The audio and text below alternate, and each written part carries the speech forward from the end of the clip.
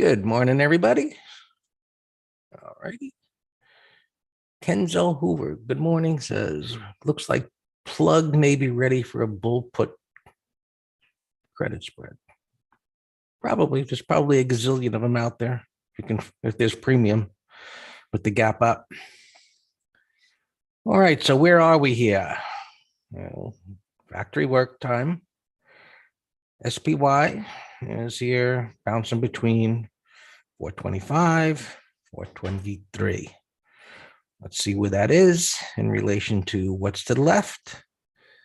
And it's in this little area right there where I put that cute little red circle. Maybe it can get up to the top over here. You can see the crosshair moving.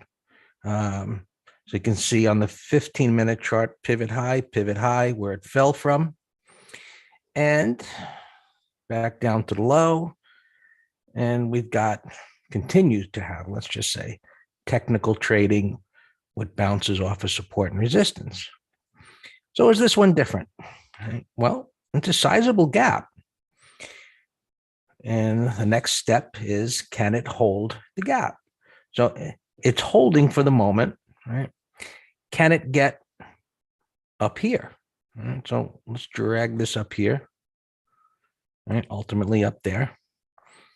And assuming it does, of course, the question becomes, can it hold on once it gets up there? There are going to be sellers there, right? I'm sure of it, because there just always is. It's gapped up, so it's created this void below, and the way it went down, there isn't a lot to stop it. You can mark off this 423 area, which is where things are at. Pretty much right there. We'll see if it can get up further up into there. So if it does, right, we've got a short-term low in place. Right, we'll see at the end of the day. Does it hold on to the gain? But the size of the gap suggests there's a short-term low in place. Now, of course, is it the low? I would say no. No, it's a sizable gap. We'll see where it is. It's in a downtrend. When trading starts, the software will mark this off as a pivot high, 3 lower highs to the left and right. And is it, I would say to MTS students, is it what we call major resistance?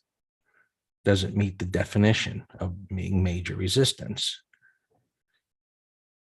Short term equals 1 week, 3 days. I don't know, McGraw. You know what? You got to find somebody with a clearer crystal ball with more powers to predict the future. I'd probably have to go get a Gantt square out or something like that to figure that out. But I don't know. Look, if it holds on to today's gain, that's going to be a good sign, right? So can it hold on to today's gain? It's gapping up, right? We all know that. Now, can it close above its opening price? That would be even more of a positive. Looking up above, you've got this resistance area, up here, but that's a big move from here to here. Now, let's just take this morning to see, can it hold here? Can it even get up to 430, which was where it was holding last week for all that time, where we talked about that. Can it hold 430? Can it hold 430? And it did. And then eventually, it gave way and down it went to the lower level. Now, the ideal scenario would have been a gap down this morning down here. And that would have been like no brainer. Let's buy that. But you got too many institutions anticipating, trading the same way they did a year or two ago and anticipating the move up. This isn't a year or two ago. We all know there's a lot of the things that are going on that it's not the same as it was. So is today going to be different? Well, if today's different, selling the rally won't work as well. And while things may come down a bit, it's going to hold up somewhere up here. And I would think it's going to, make this higher low and not come all the way down to fill the gap. And we'll see. The weekly chart still is a big nasty bar. We're starting Wednesday. We'll see what this looks like. Now, if this is a bottoming tail bar at the end of the week, 3 bottoming tail bars, that's pretty good. As far as beginning to build some type of a consolidation. In our prior discussions, we talked about how bottoms take time. And so, in the prior years, we've seen these V bottoms result in sharp rallies, but in a bear market, you get larger bottoms. Can this be a higher low or turn into a bottoming tail bar, which then, some type of sideways consolidation would be bullish, and then a move up. So, we'll see how far it retraces. That's going to not be until sometime next week that we could even consider that type of analysis. So buyers are stepping up here. I'd be a little careful of that being a little breakout failure, considering how far prices have gone already. That's just a pattern that these instruments happen a lot, after a move like that. If it breaks below here, keep an eye on that. Sellers will hit the bid. So we're up here, getting up into this area here. Everybody's looking at that as a target spot. And that's why this could, just touch that and come slamming right back down again, because that's where the sellers are going to be. All right. So we've got this area here. This area there. We'll go look at SPX. Well, let's look at the futures, which is pretty much going to be the same thing. And there's a little spike. There's the prior high. This is the resistance area. And you see what happened here, whereas it retested these lows and it started to creep its way up into the void there. And so this is where sellers are going to show up more aggressively. So where that is near yesterday's high, the topping tail, obviously, go to SPX and figure it's up here around 42.80. And what do I have written down here? All right, so 4,300 will be a tough level to get through. Again, that's where things were holding last week. And so it's already traveled from here. It's up here is this level. We've got this congestion area up here at this gap. So I've got 43.60 written down. And as things are perking up here, I don't know if it'll hold on to what's perking up, but maybe if the premiums increase a little bit, let me see, 43. Yeah, 43.70. We'll see if it holds. 43.70 is 65 by 80 cents. You could go to even 43.5, 50 by 65 cents.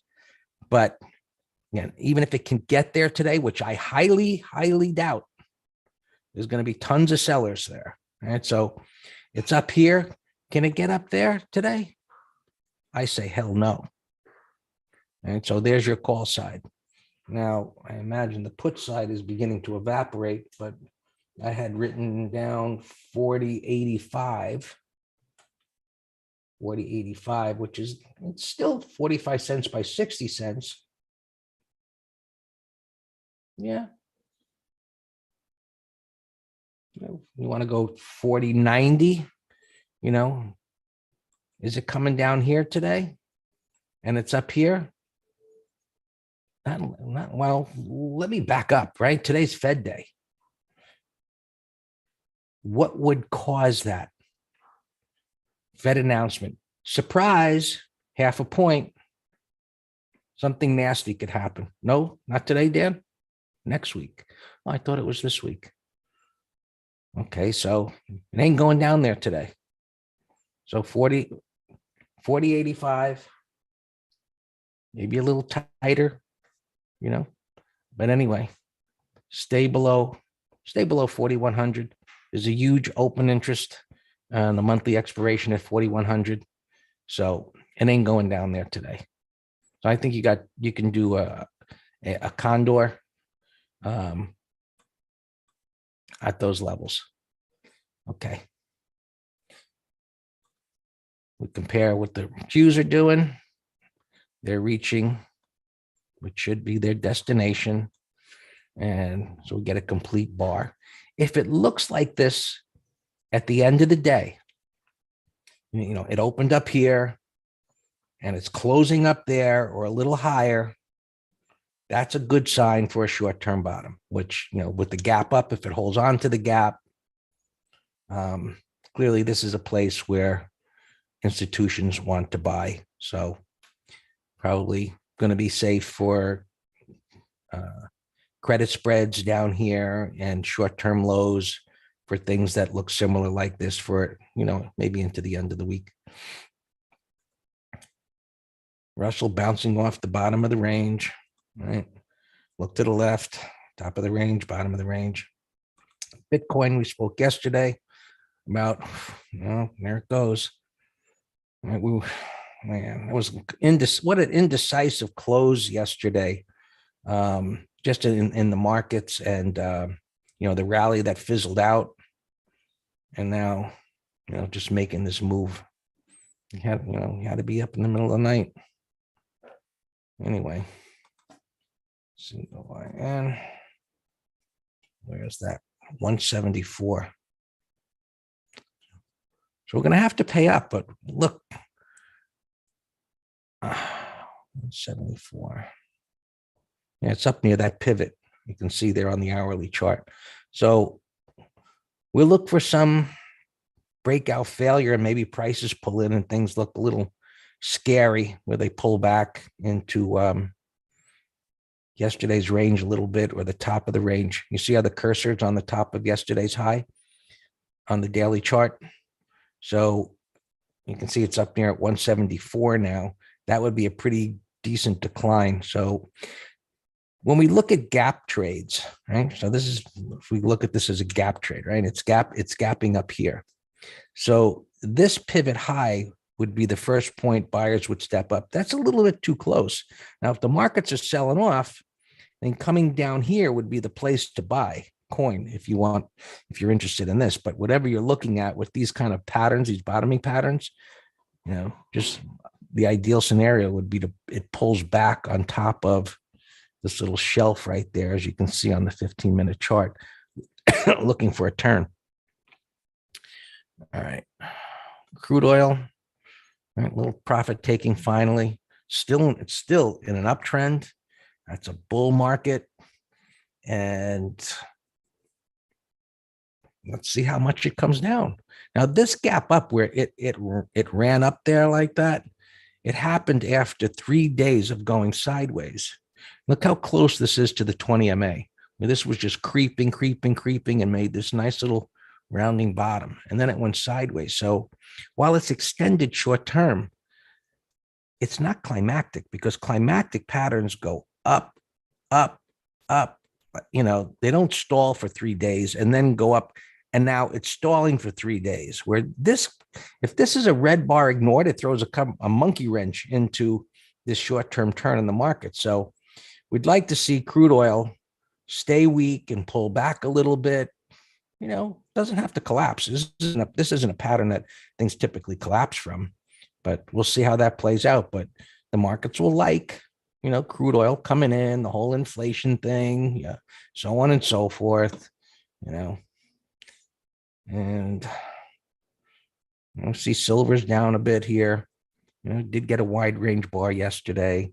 I still think that these is buyable on pullbacks. Gold, right? That's a big red bar negating a big green bar. So it isn't a bull trend. We'll see where this goes. I mean, it poked up above the highs and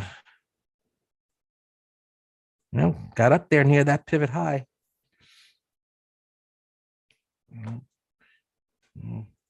Just looking to the left again, backing off from there.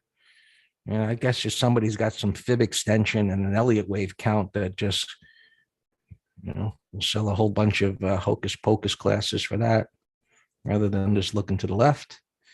And transports down at the bottom of the range. So, a lot of things in an area where buyers will want to step up, and we'll see how far it gets. Right? Just simple retracement analysis. Can it hold on to its gains? And we'll see where today ends. 5-year going up. It's perking up there. Interest rates pushing back up again. What are those numbers here? Well, they're getting closer, but they're not touching. So it's all good. All right, Dan, all yours. We have what we're looking for today. Got a gap up. We'll see. Be careful here at the open as far as sellers hitting those resistance areas, and we'll see how much things come in that should set up a buy.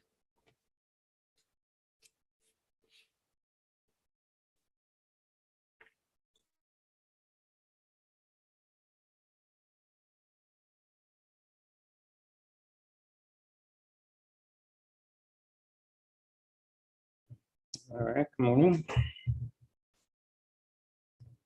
Yeah, I was texting Greg this morning, like I just couldn't believe the strength of this gap. And I was watching the news. I was up at 6:30 and still 6:30 to 9:18. I haven't heard one single word of the media, isn't that their job to say, oh, the based on XYZ, and today they couldn't fill in the blank with anything. Nothing. I mean, the closest I heard was maybe a ceasefire,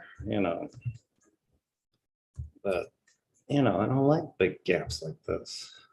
This makes it hard to get on board. Like Greg said, I surely was hoping for a gap down.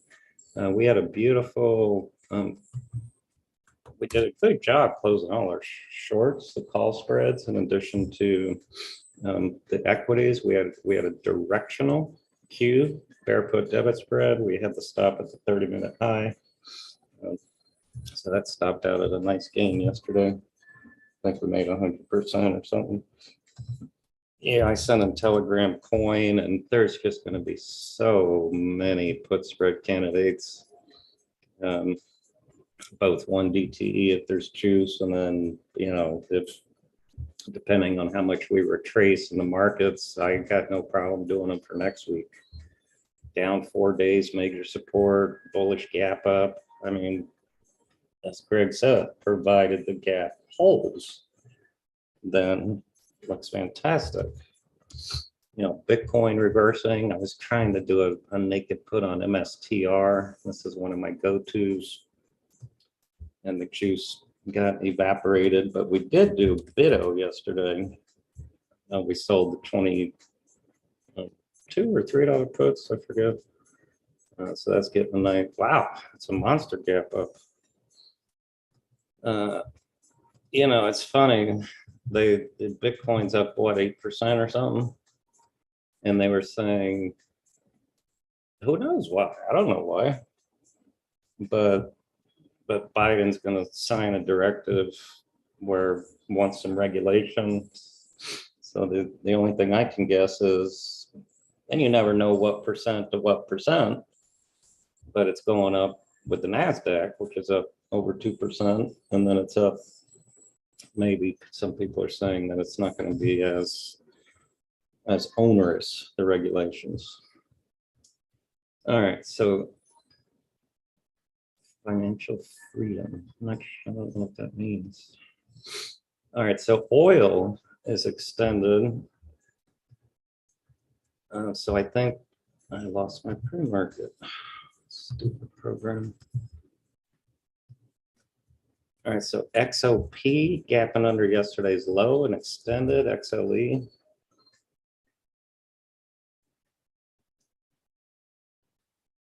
Oh, you're talking about, oh, okay, Bitcoin. All right. So oil, let's focus on call spreads. I think everything else put spreads. This is put spreads galore. Even, Jets here was, small bullish gap surprise, a Climo, the beat up things. I know some of you were looking at Boeing yesterday for a put spread, and Nvidia.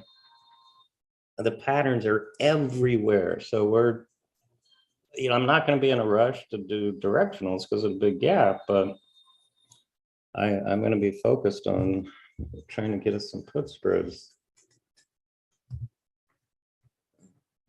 So a couple earnings stocks here. Zim, $77, gap in the all-time highs. Look at that. Wow. But how are you going to get on board that thing?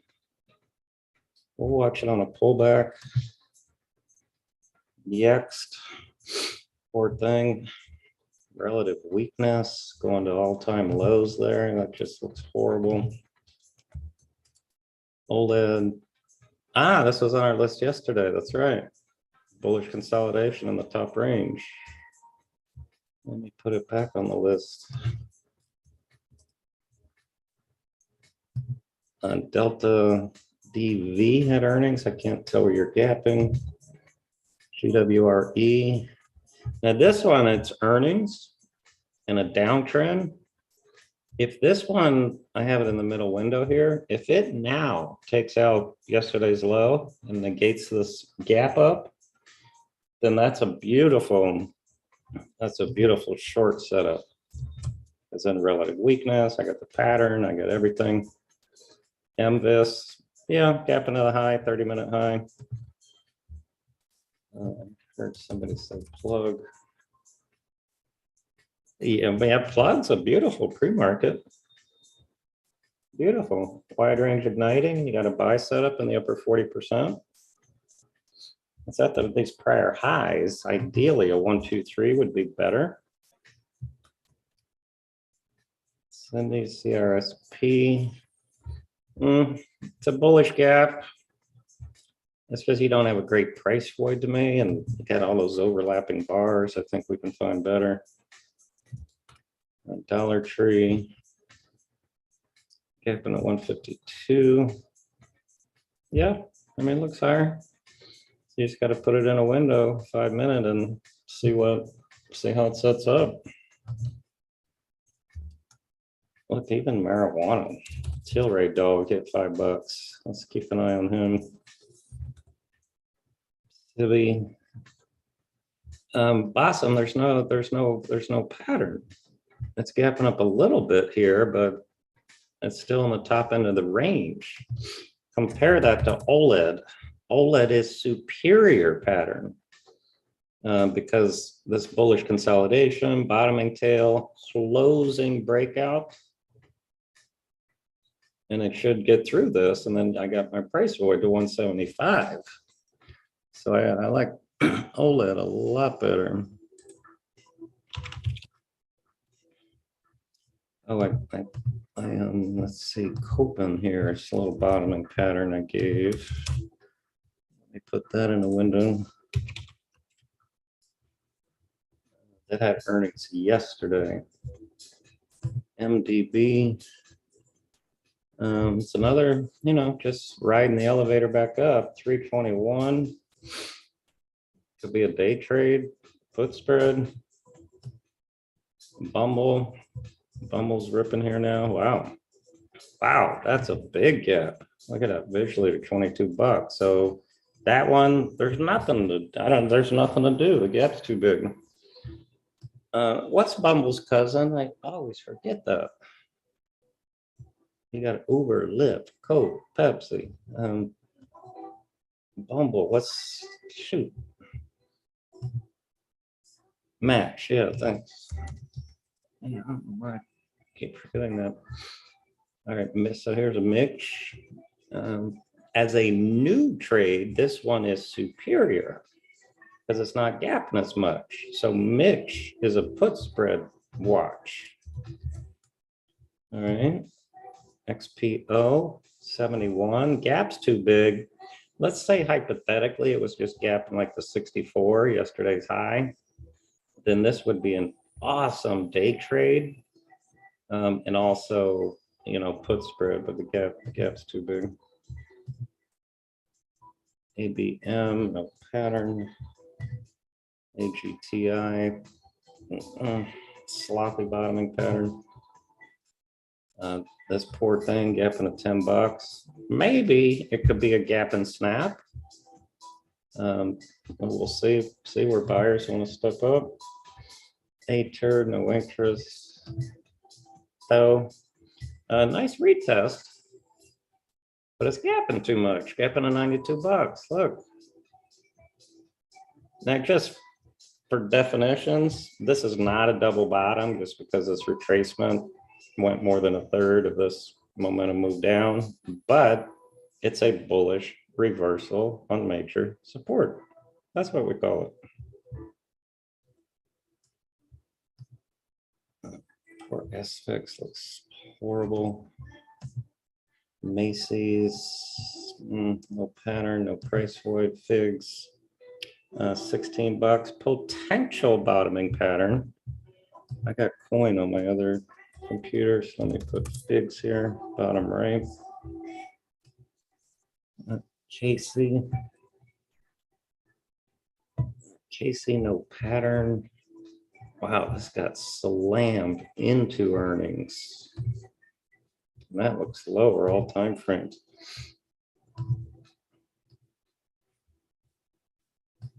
So we looked at Rev G, no pattern, but well, I take that back. There's no gap, but it's kind of a 1, 2, 3. So if that takes out the week's low, that's a short. ESPR gapped up coming in. Dorsey, no pattern. Campbell Soup. At best, 30-minute high, maybe day trade.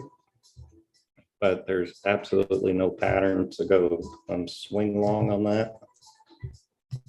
And today, what Greg and I do here every single morning with you is that's what MT Live is today.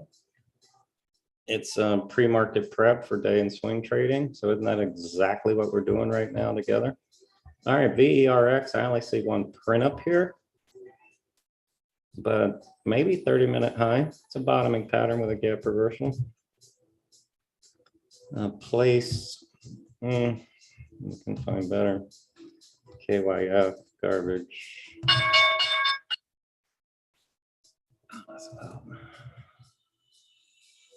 This is a big mess. I have no interest in Ferg. Oh, this was the ETF I was telling you about that I deleted an error, that the Chinese billionaire lost a couple billion in the short squeeze. And I'm a